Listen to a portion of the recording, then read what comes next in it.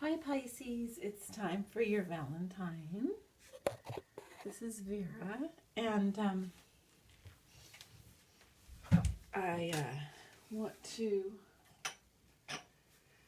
You're next because obviously it's your birthday month coming up. We're shifting. The sun's shifting into Pisces in about a week. Also on Friday, just 2 days ago, we had, well, first of all, Chiron is at 29 degrees Pisces, and we're in the middle of about 3 weeks of that, and it shifts right after the full moon in Virgo next week. So I want to pull a card for all those things for you, but also for Valentine's Day. And also, so on Friday we had Chiron, 29 degrees Pisces, Uranus, 29 degrees Aries, Icarus, 29 degrees of Capricorn, Persephone, 29 degrees of Sagittarius, Juno, 29 degrees of Taurus, and Pallas Athena, 29 degrees of Libra. We are in a time of immense shift. We also have all planets direct for quite a bit of time here since the eclipse, that set of eclipses that welcomed 2019. And so there's just a lot of deep shifting, aligning, transfiguring going on in the collective and in each of our individual lives. And what I want to suggest to you is, first of all, that you're kind to yourself when old addictions or ways of comforting yourself come up.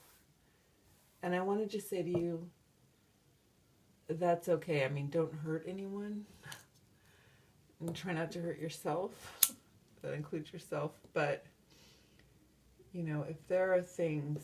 I remember my aunt, a dear aunt of mine who's also a nurse, which I think is such a beautiful profession. I had gone through a really difficult time in my 20s, and I was staying at her house for a little bit, and I was going to try to quit smoking. I was smoking at that time, and I was in the midst of an incredibly difficult time of coming to terms with a lot of things, and also a lot of loss and a lot of trauma. Anyway, so, and I was going to try to quit smoking. She said to me, you can't do everything at once. And so that's what I'm saying to you. You can't do everything at once. So if there are things that aren't too terribly harmful, or even if, you know, wherever you are, forgive yourself for being there. You have been doing the best, the very best you can. And, you know, it's like that Maya Angelou thing. When you know better, you can do better. And also when you're, as you heal. You know, I was looking at the Sagittarius one, and I will do a separate reading for Valentine for Sagittarius, obviously, but my old story of, I very much resonated as a child with Persephone as being this kidnapped child who was, you know, almost like a child trafficking, or definitely very inappropriately sexually hidden and taken away from her mother and taken away from safety by this creepy Hades. And then, you know, there's some other stories as it's being told now where actually Hades and Persephone actually are in love and are actually, she's happy in the underworld. And I was talking to my daughter about it, and I was saying how I thought that, you know, it just didn't resonate with me, but she was saying, Mom, you know, all of these stories can, which I know too, but just, she was saying all of these stories can be read in so many different ways, right? And just to keep that in mind, all of the stories can be read in so many different ways, and allow yourself room. I know that we all must absolutely acknowledge our trauma and the traumas that are going on presently for others, and that part of this work of spirituality is absolutely a practical, real social justice, you know, and making sure that we all collaborate to make a society where we all care for each other, but at the same time, so like, I wouldn't want to deny the horror of the way that I resonated with Persephone because of things that were happening in my life as a child. However, I was also thinking of Persephone as Persephone at 29 degrees of Sagittarius as the divine feminine, coming in almost to confront the darkest part of the divine masculine. And somehow, and also that these two things are not polar opposites, they work in concert. And I don't know exactly how to say this because I'm just almost just coming to it really in my life. But that, just that I suppose that there's a way in which we can allow for a new story. I really recommend this verabels.clair video, the Sky Priestess, that she put out the other day, because she, and I probably mispronounced her name, and I'm sorry, she put out this great video about all these planets being at 29 degrees. No, it wasn't about all of them, but it was mostly about Chiron being at 29 degrees, but it was really about, this transformation that we're all going through, and that we can release these old stories back to source, not like have the blame reside in any person, but like release it all back to source as we move in this way of dissolving these stories that have held harm, held trauma, borne witness to these things, but also that we can move out of those experiences, out of the whole long cycle of, the story of Pisces, the era of Pisces, and Chiron and Pisces as the wounded healer. And there's a new way that we may hold stories. And it relates to a lot of things I've talked about on the channel about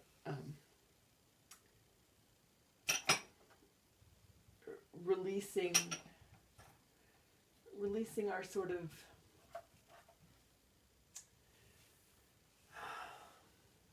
I was almost going to say addiction to sorrow or addiction to fear. It's retrieving the fullness of ourselves, allowing the fullness of each other, coming, drawing and coming toward each other. Okay, I keep trying to do these ones that are just for one sign, and it seems like I just am so, I need to talk about the whole thing. Mars is trining the galactic center today, which is a beautiful thing. It's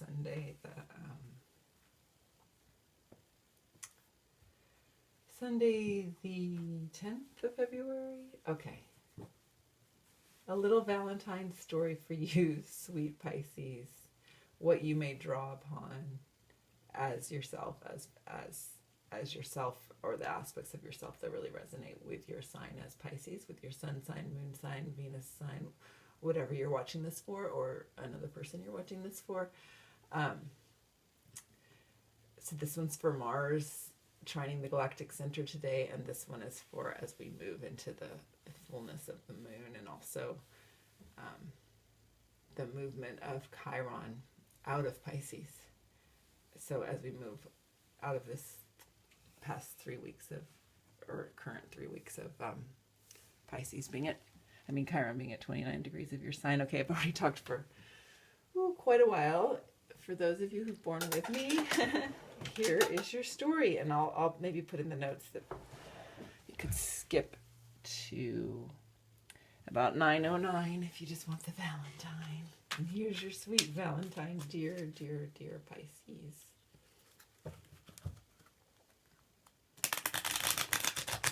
I have quite a few really important Pisces. Okay. So what can you, dear Pisces, and all of us, wherever Pisces is in our charts, draw upon at this time, within this waxing, gentle moon? Okay, so the Seven of Wands in this deck, especially since it's the sweet candy canes, I really see this as a laying down of your old ways of defensiveness, like a laying down. It's again to do with releasing the stories. There's ways that we hold ourselves within stories that have felt and have actually been a protection, but then they also can become a cage. Okay, and we're laying that down. You can lay that down into the earth. That is your mother, and that is part of you. You know, that the earth is, you know, we don't have to think of it as a mother necessarily, but that, you know, you are part of the earth's consciousness. Your physicality and your consciousness is an aspect of that of the earth, as well as of the entire cosmos. Anyway, you can lay down these, you know, you can allow these old ways of protecting yourself and your heart, your sweet heart, and your sweet embodiment, and your sweet soul, soulfulness and dreaminess. The protections that you've kept around it, you can allow them to fall away, because you are safe. Okay, this one fell onto, okay. This one fell onto the moon, the hermit, as you go into this transition. You know, you're very good at blessing yourself and caring for yourself with this graciousness of your solitudes and your ways of attending to yourself. They're beautiful, and they're very important, and the quietest, you know, even the ones that seem the most mundane, that help you to remain in this world where it may feel difficult and scary and just lonely. But there's build a sanctuary for yourself within yourself. Your body is not only sort of your temple and your vector for enlightenment, as Lord Bevan likes to say, but it is also your sanctuary, and it's your graciousness. And anyway, so as you move through this shift, honor the quiet and the solitude, as you are one, really here embodying Pisces. Okay, 3 popped out. 7 of Wands again. Okay. There's a way in which laying down your stories is not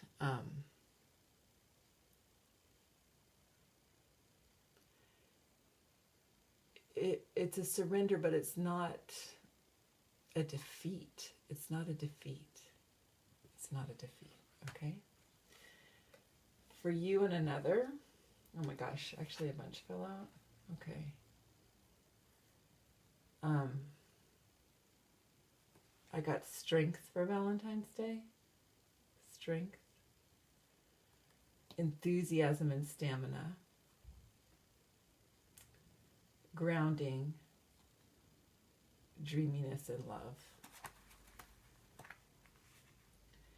And then I'm going to draw one for Pisces. I mean, not for Pisces, for Mars. This seems a very important thing. Mars. Sorry, all the cards are still in the drawer because you're the first one I'm doing today. I might want to draw more than one for Mars, trining the galactic center and what that means for you and what you may draw upon from that deep source. And it's the Emperor. It's the Emperor. So we have the Empress and the Emperor. So the Emperor comes to meet the Empress, right? In time for Valentine's Day. And if you think of the source as sort of the galactic center, I mean, none of these huge things like the Earth or the galactic center are strictly masculine or feminine. There's no way they're too complex and large for that. But here on Earth, grounding our heaven on Earth, the Emperor for Valentine's Day, when Valentine's week comes to meet the Empress. Okay. With each of their strength, with each of their enthusiasm and stamina, and with each of their dreaminess, and with each of their earthiness. All right? I'm going to show you the cards so you can have a look. Okay. And happiest Valentine's Day to you. So you each may draw upon your strength, the strength you bring to the relationship, the stamina, the enthusiasm, the eagerness, the joyousness of being embodied that you bring. The strength of mind, body, and spirit that you bring. Also the surrender, the softness, the vulnerability that is not a defeat, that is not an opening to being a victim of anything or any more pain, but it's an opening for joy as you together as two human souls grounding their dreams.